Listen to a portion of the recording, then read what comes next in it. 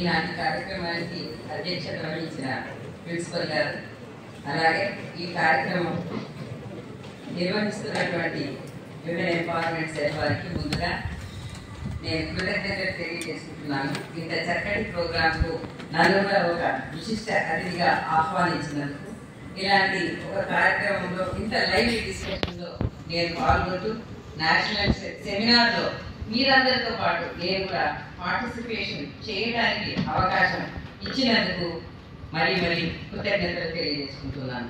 మరి అలాగే వేదికను అలంకరించినటువంటి విశిష్ట అతిథులు వీసీ గారు, అలాగే సెక్రటరీ హైయర్ ఎడ్యుకేషన్ గారు, మరి మీ అందరికీ సుపరిచితులైనటువంటి డీన్ గారు, మరి మన మధ్యలో నుండి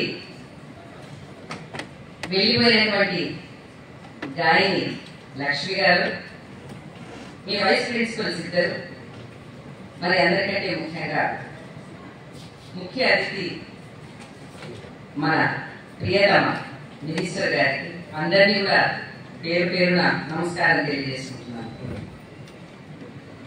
కాసిం గారు 1 minute అని అన్నారు. ఈరోజు నేను కూడా ఛాలెంజ్ తీసుకున్నా 1 minute అని అనుకుంటున్నాను. ఎందుకంటే మీ వయసులో ఉన్నప్పుడు, ఎందుకంటే నా కాసిం గారు declared that he was only in the 9th class when I was secretary, కాబట్టి ఇప్పుడు మీరంతా అసలు ఇక పుట్టనే పుట్టి ఉండరు. So can I take the challenge along with you? 1 minute అనే ఒక డిబేట్ నేను ఇంటర్మీడియట్ లో ఉండగా, అప్పుడు ఎలక్యూషన్ అంటే నాకు చాలా ఇష్టం ఉండేది, అన్నింటిలో పాల్గొనేది ఎలక్యూషన్ అండ్ డిబేట్స్. సడన్ గా మా ప్రిన్సిపల్ గారు ఇలా కాసిం గారు ఓన్లీ 1 minute రాని can you take the challenge అని అక్కడ టైం పెట్టి 1 minute డిబేట్ లో ఒక టాపిక్ ఇచ్చేవాడు. అంటే మన మైండ్ కదా అని అప్పుడు టాపిక్ ఇస్తారు. It's not as you can prepare, no you start topic అనేది. సో అటువంటి డిబేట్ లో పాల్గొని ఆ ఉత్సాహం, ఆ ఉరకలేసినటువంటి ఆ ఎగ్జైట్మెంట్ ఈరోజు నాకు నేషనల్ సెమినార్ లో వచ్చింది. సో అందుకని for taking me back in age and making me equal to your in age and also in enthusiasm, మీ అందరికి కూడా నేను మరి కృతజ్ఞతలు తెలియజేసుకుంటున్నాను. ఈరోజు నా ఈ యొక్క సెమినార్ ఉపన్యాసాన్ని 3 భాగాలుగా చేద్దామని అనుకున్నాను. First is about the women's day for every celebrating. ఎందుకోసం ఏ డే అయినా మనం సెలబ్రేట్ చేసుకోవడం, ఆ డేకి కారణమైనటువంటి చేంజ్ ఏజెంట్స్ ఎవరైతే ఉన్నారో వారిని వినమ్రంగా మనం తలుచుకోవాలి. ఎవరైతే ఈరోజు విమెన్స్ డే అంటే ఈక్వాలిటీ, విమెన్స్ డే అంటే పాజిటివ్ డిస్క్రిమినేషన్ కు కారణభూతమైనటువంటి ఒక చక్కటి మూవ్మెంట్ అని మనం అనుకుంటున్నాము, ఆ రోజు వాళ్ళు గొంతెత్తి గలమెత్తి బయటకు వచ్చి పోరాడారు అని అంటే మరి అటువంటి స్ఫూర్తి వాళ్ళకి ఎక్కడి నుంచి వచ్చింది? ఎక్స్ట్రీమ్ స్ట్రెస్ లో నుంచి వచ్చిందా, లేకపోతే ఆ క్రిటికల్ థింకింగ్ వల్ల వచ్చిందా మనకు తెలియదు. కానీ ఈ రోజు మనం అందరం సమానంగా ఇక్కడ ఉండి చర్చించుకోగలుగుతున్నాము అంటే ఆ విమెన్స్ డే స్ఫూర్తి అనేది ఇంకా ఇక్కడ ఉంది అని నేను అనుకుంటున్నాను. ఆ రోజు ఆ చేసినటువంటి వాళ్ళందరినీ ఒకసారి తలుచుకొని మనకు మార్గదర్శనం చేసినటువంటి వారిని తలుచుకోవడానికి విమెన్స్ డేగా నేను భావిస్తాను. మరి డిస్క్రిమినేషన్ ఉంది, సోషల్ డిస్క్రిమినేషన్ ఉంది, జెండర్ డిస్క్రిమినేషన్ ఉంది, అది తెలవని వాళ్ళైతే ఎవరు లేరు. పాజిటివ్ డిస్క్రిమినేషన్ కూడా ఉంది, కాన్స్టిట్యూషన్ లోనే మనకు ఉన్నది, రాసుకున్నాం మన అందరం కలిసి కూడా మన కాన్స్టిట్యూషన్ లో that there will be equal rights, that there will be liberty, that there will be social justice. ఇవన్నీ కూడా మనకు తెలిసిన విషయాలు. ఇవి పాలసీలు అయినాయి, ఉన్నాయి ఇటువంటి పాలసీస్. ఇటువంటి మార్గదర్శకత్వం చేసిన చేంజ్ మూవ్మెంట్ నుంచి, ఆ చేంజ్ ఏజెంట్స్ తోటి 1917 నుంచి మొదలైంది రష్యాలో అని ఏదైతే చెప్పారో అన్ని దేశాల్లో పాటింది. కాబట్టి చేంజ్ ఏజెంట్ అంటే ఏంటి అని మనం ప్రత్యేకంగా అనుకోకర్లేదు. ప్రతి ఒక్కరు ఆ విషయం గురించి మాట్లాడుతున్నారు అంటే మార్పు కావాలి, మార్పు వస్తుంది, మార్పు తీసుకురావాలి. ఈ మూడు కూడా అందరి మనసులో 100 సంవత్సరాల నుంచి ఉన్నది. మరి మార్పు కూడా వచ్చింది. ఎలా వచ్చింది? Who are those change agents? మనకు రోల్ మోడల్స్ ఉంటారా? మరి నేను నా జీవితాన్ని చేంజ్ చేసుకోవాలి, నేను ఒక చేంజ్ ఏజెంట్ గా మారాలంటే నేను ఎవరిని రోల్ మోడల్గా తీసుకోవాలి అనేది సెకండ్ సబ్జెక్ట్గా మీ దగ్గర మాట్లాడదాం అనుకున్నా.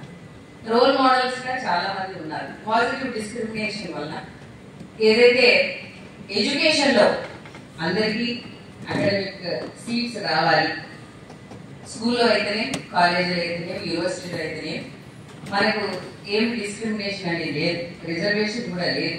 అడ్మిషన్స్ తీసుకుంటే ఇప్పుడు అందరు చెప్పిన దాన్ని బట్టి ఆడపిల్లలకు ఎడ్యుకేషన్ చాలా అవసరం. ఆ రోజు వీరేశలింగం గారి దగ్గర నుంచి మొదలైన సోషల్ మూవ్మెంట్స్ ఏవైతే ఉన్నాయో, స్త్రీల పట్ల ఆలోచన ఏదైతే ఉందో, ఈరోజు ఎడ్యుకేషన్ లో మనం దాదాపుగా చూస్తున్నాం.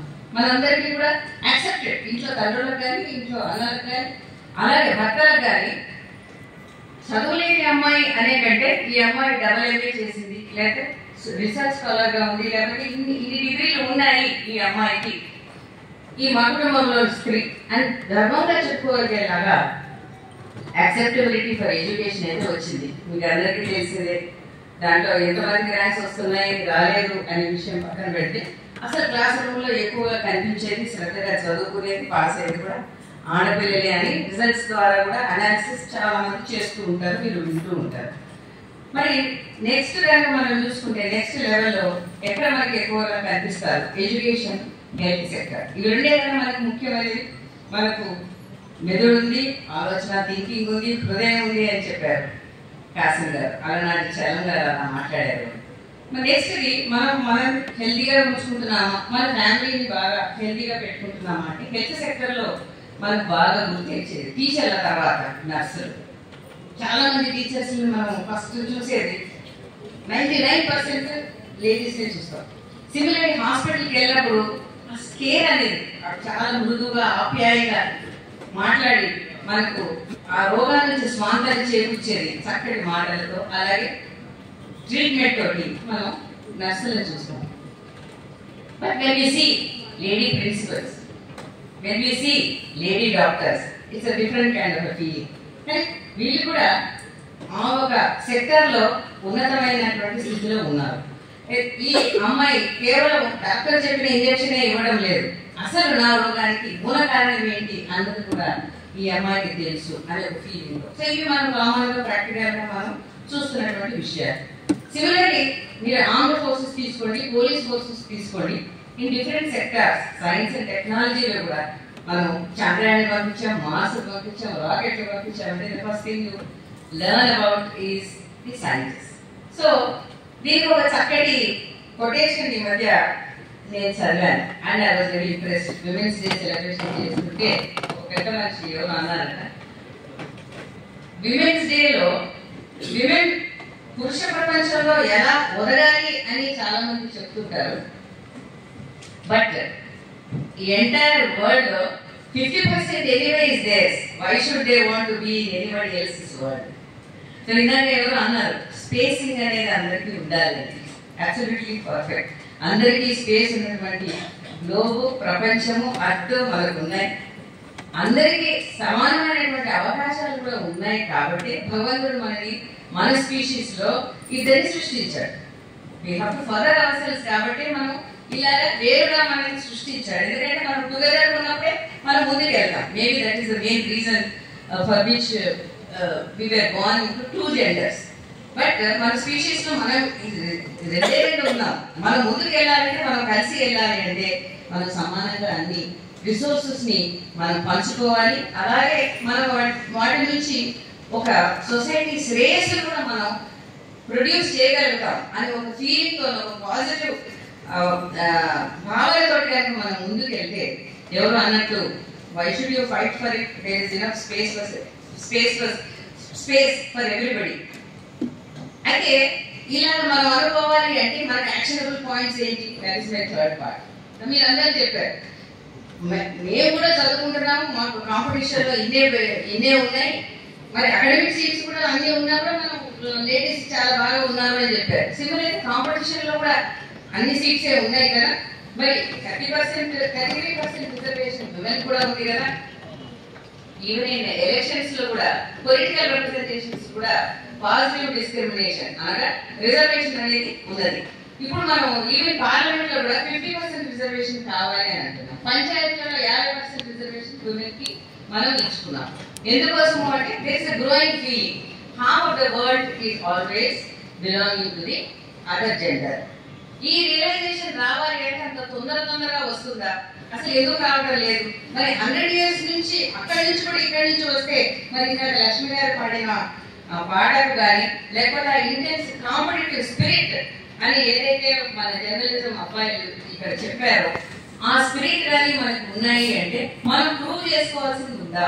మనం అక్కడికి వెళ్ళాల్సింది ఉందా? మనకు యాక్షనబుల్ పాయింట్స్ ఏమున్నాయి? ఎలా మనం ముందుకు వెళ్ళగలం?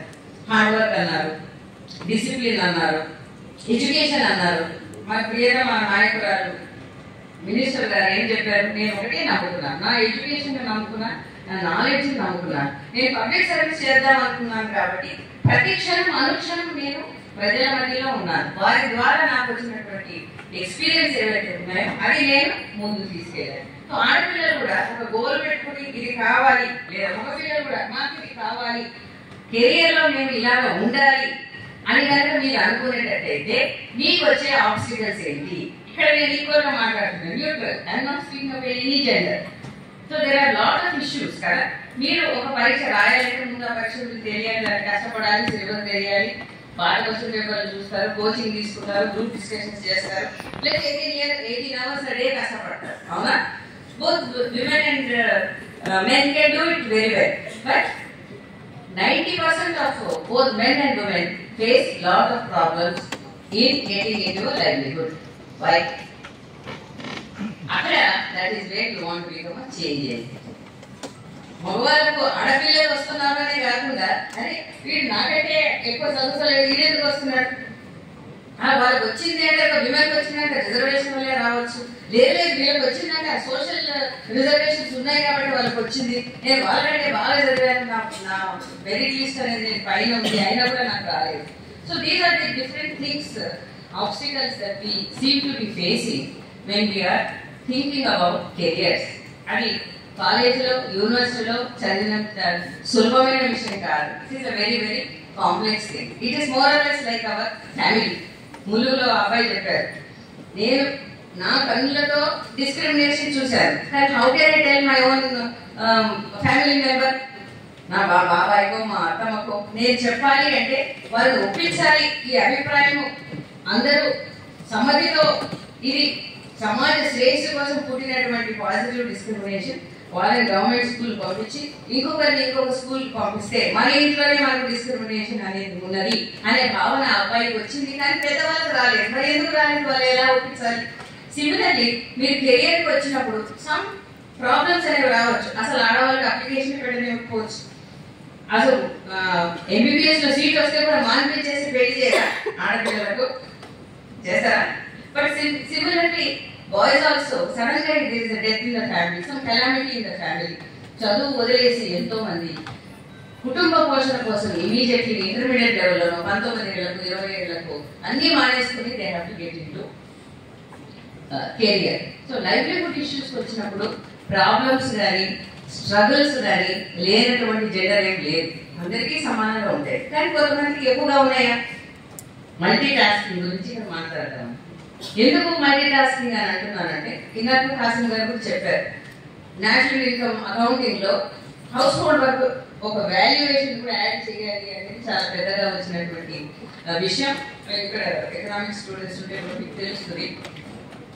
ఇంట్లో పని చేస్తున్న వాళ్ళు కూడా they are contributing the nation. ఇంట్లో డొమెస్టిక్ గా ఉంటున్న వాళ్ళు నీకు కుటుంబంలో అన్ని సౌకర్యాలు కలుగు చేస్తున్నారు కాబట్టి నీవు వెళ్ళి బయట ప్రపంచంలో ఎదురీయగలుగుతున్నావు, అంటే చదువుకోవడం కానీ ఉద్యోగం చేయడం కానీ. బట్ నీకు అసలు ఇంట్లో లేస్తే కాఫీ కూడా ఇచ్చేవాళ్ళు లేరు, సాయంత్రం వస్తే అన్నం పెట్టేవాళ్ళు లేరు, టిఫిన్ డబ్బా తీసుకెళ్ళి చేసేవాళ్ళు కూడా లేరు. అప్పుడు నువ్వేం చేస్తావు? You will come under extreme stress. అసలు నీకు ఏం చేయాలో కూడా తెలియదు. Family is a very very important unit of our society. ఈరోజు మనం మంచిగా చదువుకుంటున్నామంటే మన అమ్మ వాళ్ళు నిద్ర లేపి ఉద్యోగించి టిఫిన్ నోట్లో పెట్టి లంచ్ బాక్స్ నోట్లో పెట్టి ఆడపిల్లైనా మగపిల్లైనా అమ్మ చేస్తారు కాబట్టి మనం ఇక్కడికి వచ్చి ఆ విజ్ఞానాన్ని ఎక్స్పీరియన్స్ మనం సంపాదించుకుంటాం. But when a lady, when she becomes the mother, when she is also in the family, then the first question all the family members will say, నీ యొక్క ఫస్ట్ ఎనర్జీ, నీ యొక్క పనులు అన్ని మా కోసం ఉండాలి. దాని తర్వాత నువ్వు ఆఫీస్కి వెళ్ళి పని చేయాలి. There is unequal contribution in salary, equal distribution of responsibilities అనేవి మనకు హౌస్ లో ఉన్నాయా? సో ఫ్యామిలీని మనం బ్యాలెన్స్ చేయాలి అన్నప్పుడు క్విక్ గా ఫస్ట్ ఎవరు బ్లేమ్ చేస్తారు? 6 నెలల పసిపాపను, పాలు తాగే పసిపాపను వీలింగ్ చేసి ఐపీఎస్ ట్రైనింగ్ నేను మొదటిసారి వెళ్ళినప్పుడు కళ్ళలో నీళ్ళు వచ్చేసాయి నాకు. ఎట్లా నేను ఈ పాప నేను వదిలి వెళ్ళాలి అంటే ఆ రోజు మా అమ్మ నాన్ననే అన్నారు, నీకు 2 కూడా ఇంపార్టెంట్ అయిన విషయాలు, నీ కూతురు మేము చూసుకుంటాం, నువ్వు ధైర్యంగా వెళ్ళి ఐపీఎస్ ట్రైనింగ్ లో జాయిన్ అవ్వాలి. నీకు ఉండేది ఇక్కడే, శనివారం ఆదివారం వచ్చేసి నేను ఇంటికి వచ్చేదాన్ని. So here I want to speak to you about my experiences. ఎన్ని నిమిషాలు కాసిన వస్తాం.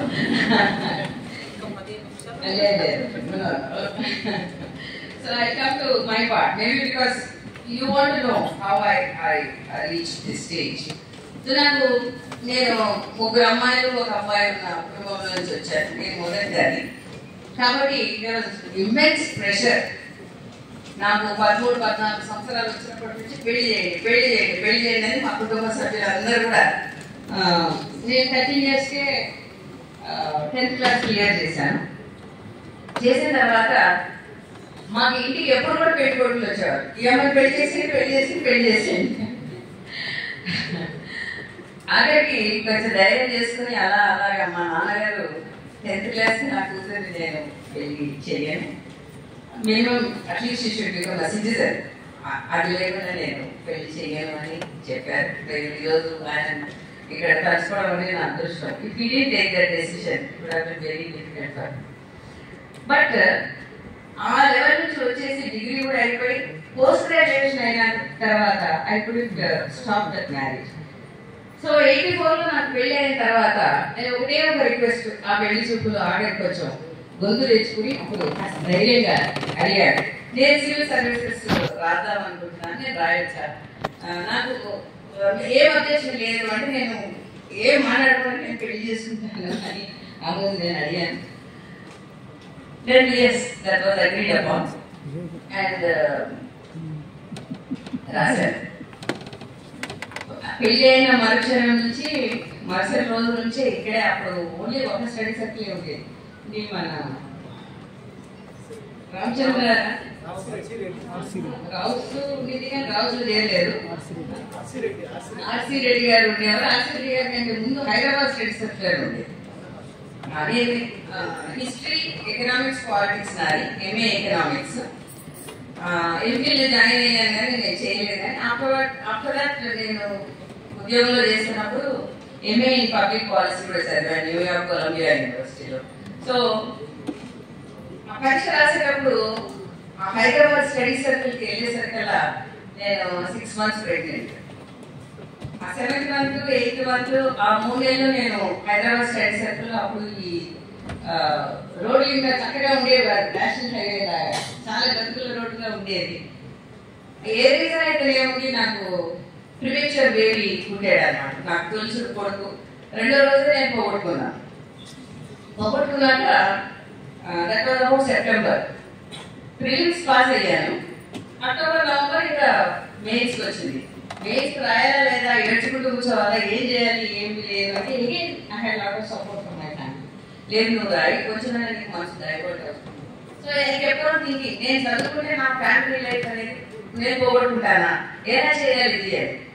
So anyway I don't want to bore you with too many details. What I going to tell you all is, ప్రతి ఒక్కరి జీవితంలో ఏదో ఒక struggle ఉంటుంది. ఎంత స్ట్రెస్ గురైతే కొంతమంది నాలాగా ఎంత స్ట్రెస్ ఉంటే అంత పైకి చేస్తారు. నాకు ఈ ప్రాబ్లం వచ్చింది కదా, హౌ షుడ్ ఐ ఓవర్కమ్, నీకు తప్పకుండా నేను ఈ అవరోధాన్ని నేను దాటి నేను ముందుకు వెళ్ళాలి అని అనుకుని అప్పుడు సివిల్ సర్వీసెస్ లో నేను 3 సార్లు రాశాను. 3 సార్లు ఇంటర్వ్యూకి వెళ్ళాను. ఫస్ట్ టైం బాబు సర్టిఫైడ్ అని చెప్పాను కదా, ఆ సంవత్సరం ఇంటర్వ్యూకి కూడా వెళ్ళాను కానీ రాలేదు. ఒకలాగా నాకు సైకాలజీ స్టూడెంట్స్ ఉన్నారు. సైకలాజికల్ గా I felt very happy. Okay, నా కొడుకు చదివేటప్పుడు నాకు వచ్చింది ఉద్యోగం, నేను అనుకోకర్లేదు, దేవుడా నాకు ఈ ఉద్యోగం రాకుండా చేశావు చాలా అని అనుకున్నాను. నెక్స్ట్ ఇయర్ నేను రాసేటప్పటికి ప్రిలిమినరీకి నేను 7 months pregnant. I wanted to become mother. నాకు పట్టుదల ఉండేది. లేదు నేను మదర్ అవుతేనే నేను ఉద్యోగం చేస్తాను. మా ఇంట్లో అందరూ వద్దు వద్దు అంటే కూడా నేను వినలేదు. 7 months ప్రెగ్నెన్సీలో ఇలాంటి బెంచ్ల మీద కూర్చొని ఇక్కడ ఉంది, విద్యానగరంలోనే ఉన్నది ప్రిలిమినరీ రాశాను. అది అయిన తర్వాత మా పాప పుట్టింది. మెయిన్స్ లో ఆ పరీక్ష రాసి వచ్చి అప్పుడు ఇంకా బాగా రాస్తుంది. బయటకు వచ్చి అందరూ సెకండ్ పేపర్ ఎలా రాయాలంటే నేను పాపకు ఫీడ్ చేస్తూ ఉండేదాన్ని. సో లాట్ ఆఫ్ మగపిల్లలు అక్కడ చుట్టుపక్కల ఉన్నారు. అమ్మాయి చూడు ఇంట్లో ఉండొచ్చు కదా, ఎందుకు ఇక్కడ బాగా పట్టుకుంటూ పరీక్షలు రాయాల్సిన ఉద్యోగాలు వెళ్ళాల్సిన అవసరం ఏమైనా ఉన్నా నాకు నిలబెట్టంటే మాట్లాడుతున్న అన్నందరి నుంచి వెళ్ళిపోయేవారు. But again second time I got to IPS. My daughter was very small baby. దాన్ని వదిలేసి ట్రైనింగ్కి వెళ్ళాను. అప్పటికే నేను ప్రిలిమినరీ రాసి మెయిన్ కూడా రాసి ఇక్కడ APAలో జాయిన్ అయ్యాను. Third time I got into IAS. So this is my story.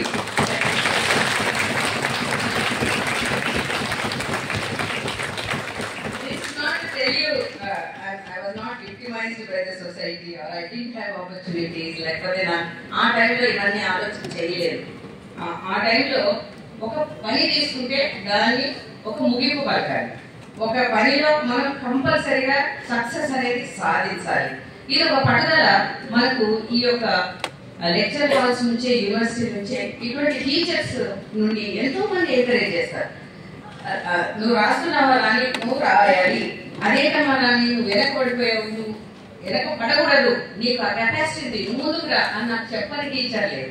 స్కూల్లో చదువుకునే టీచర్ అయితే వాళ్ళు కూడా ఫోన్లు చేసి మరీ చెప్పేవారు. లేకపోతే యూనివర్సిటీలో నేను ఆంధ్ర యూనివర్సిటీలో చదువుకుంటే చెంచురెడ్డి గారు ఒకసారి ఆయన కూడా స్టేట్ హైయర్ ఎడ్యుకేషన్ కౌన్సిల్ పనిచేశారు. నాకు ఎకనామిక్స్ టీచరా. ఆ సంవత్సరంలో నాకు గోల్డ్ మెడల్స్ ఇస్తే ఈ అమ్మాయి IAS ఆఫీసర్ గా ఆంధ్ర యూనివర్సిటీ వస్తుంది అని అందరికీ చెప్పినటువంటి చెంచురెడ్డి గారు అరే మొదటిసారి రాలేదు అన్నప్పుడు ప్రతి ఒక్కళ్ళు వచ్చి నన్ను చాలా ఎంకరేజ్ చేసేవాడు. అమ్మా నీకు ఆ కేపబిలిటీ ఉంది అంటే మనకు అది సాధించిన తర్వాత నేను ఏమైనా మాట్లాడచ్చు. ఆ టైంలో ఆ మెంటల్ డిప్రెషన్ లో ఆ పరిస్థితుల్లో మనం బయటికి రావాలి అంటే ఎంతో హెల్ప్ చేయాలి. దట్ ఈస్ పాజిటివ్ డిస్క్రిమినేషన్ అంటారు. You have a negative set back in your life కానీ నేను పాజిటివ్ గా ముందుకు తీసుకెళ్లే వాళ్ళు చాలా మంది ఉంటారు. So my last thing I would like to tell you is ఎవరున్నా లేకపోయినా ఈ రోజు ఈ జనరేషన్ కు technology is your help. Social media, Google అనండి, ఇంటర్నెట్ ఆఫ్ థింగ్స్ అనండి, AI అనండి, డేటా అనలిటిక్స్ అనండి, it will just give you the experience of everybody into your smartphone. ఆ టెక్నాలజీని ఉదాహరణగా తీసుకోండి. ఆ టెక్నాలజీ వచ్చిన తర్వాత యూ కెన్ సీ ఎడ్యుకేషన్ అనేది మారిపోయింది. ఇప్పుడు మీరు చూసారు ఎంతమంది అట్లా నడుచుకుంటూ వెళ్తారు. ఎనీ క్లాస్ ఆఫ్ ప్రొడక్టివిటీ యాక్టివిటీలో ఇన్వాల్వ్ అయినటువంటి వారు, milk producers, newspaper boys, and I can count all those. Even washermen, fishermen who go on the sea. అట్లా మనము కౌంట్లెస్ అన్నమాట. అక్కడ education is not a goal. ఆ టెక్నాలజీ అనేది ఏదైతే వచ్చిందో ఆ ఫోన్ రూపకంలో దాన్ని అందరూ వాడుకుంటారు. అదొక గొప్ప వరం అన్నమాట. ఇట్లాంటి టెక్నాలజీస్ ఇది ఇక్కడ వచ్చింది. నేను ఇదే లైబ్రరీకి వస్తూ అనుకున్నా ఈ ఆర్ట్స్ కాలేజ్ లో అడుగు పెట్టడం పెద్ద ప్రివిలేజ్ అని నా చిన్నతనంలో నేను అనుకునేదాన్ని. నా IAS కూడా ఇక్కడ లైబ్రరీ నుంచి నాకు బుక్స్ ఇష్యూ చేసినటువంటి మాస్టర్లు ఇప్పుడు లేకపోవచ్చు కానీ ఎంతో గర్వకారణం. అమ్మాయి ఈ పుస్తకాలు చదువు, ఈ పుస్తకాలు చదువు, ఈ పుస్తకాలు చదువు. స్వావలంబన, empowering. You want to B empowered, everybody, the entire universe will come to you. ఆ విధంగా ఈరోజు మీ టెక్నాలజీ అనేది మీకు తోడుగా ఉంది. ఇటువంటి టెక్నాలజీని మీరు వాడుకోండి. It is a very very powerful weapon. అని మీకు ఎంత బాధ ఉన్నా కూడా there will be some positive things, some nice stories, some good feelings. అటువంటి గుడ్ ఫీలింగ్స్ తోటి ఏదైనా సాధించవచ్చు. సివిల్ సర్వీస్ ఒకటి కాదు. చిన్నప్పుడు ఎవరైనా అడిగినా కూడా మీరు ఏమవుతారంటే స్కూల్ టీచర్ అన్నమాట. దాని తర్వాత ఇంకెవరైనా అడిగితే మా లెక్చరర్ లాగా నేను ఉండాలి అంటారు. Because they inspire, they are role models. They taught us how to work hard, how to be disciplined. ఏ విధంగా నాలెడ్జ్ ని మనం యూజ్ చేసుకోవచ్చు అనేది వాళ్ళు నేర్పిస్తారు. సిమిలర్లీ రోల్ మోడల్స్ మీరు ఏ సెక్టర్ ని తీసుకున్నా, స్పోర్ట్స్ దగ్గర నుంచి బిజినెస్, చిన్న బిజినెస్, పెద్ద బిజినెస్, ఆ బిజినెస్ ఈ బిజినెస్ అనేది లేదు. ప్రతి ఒక్క విషయంలో ఆర్గనైజేషన్ లో చేరాలంటే కూడా, మీరు ఎంప్లాయ్మెంట్ లో చేరాలంటే కూడా, సెల్ఫ్ గా మీరు పైకి రావాలంటే కూడా ఈరోజు టెక్నాలజీ అనేది ఉన్నది. మీరు ఎక్కడైనా సరే మీరు పైకి రావాలి అని అనుకుంటే అందరి సహకారంతో ఇచ్చినప్పుడు ఆ సంతోషం వేరు. సో నేనేమంటానంటే The entire world is ours, yours and mine. Let us create a world, a positive world. Let us all be together and take this society further. And నేను అంటాను ఇన్ని జనరేషన్స్ మారిన కాసిం గారు 9th క్లాస్ నుంచి అంటే మనకు పుట్టక ముందు నుంచి అంటే ఇప్పుడు నాకే 4 జనరేషన్లో తెలుసు. నేను 1977లో 10th పాస్ అయ్యాను. సో 1977 అంటే మీ అమ్మ వాళ్ళు వేరే పుట్టిన వాళ్ళు ఉంటారు. అప్పుడున్న ఎంతోసియాసంతో ఇప్పుడు కూడా నేను ఉన్నాను అంటే ఎవరైతే ఉండగలరు అని అనుకుంటే కేవలం మారుతున్న కాలానికి అనుగుణంగా ఆస్పిరేషన్స్ ఆఫ్ ద సొసైటీకి ఎప్పుడైతే మనం సర్వీస్ చేయాలి, ఈ సొసైటీలో బాగా ఉండాలి అని మనం అనుకుంటామో అప్పుడే అది సాధ్యమవుతుంది. మీ అందరికీ అటువంటి ఆపర్చునిటీస్ ఉన్నాయి, అటువంటి సహకారం మీకు రావాలి. అటువంటి హార్డ్ వర్క్ అండ్ డిసిప్లిన్ తో మీరు కూడా ఈ సొసైటీలో భాగస్వామ్యం పొందాలి అని మనస్ఫూర్తిగా కోరుకుంటూ ఇంకొకసారి అందరికీ కృతజ్ఞతలు తెలియజేసుకుంటూ సెలవు తీసుకుంటున్నాను. జై హింద్.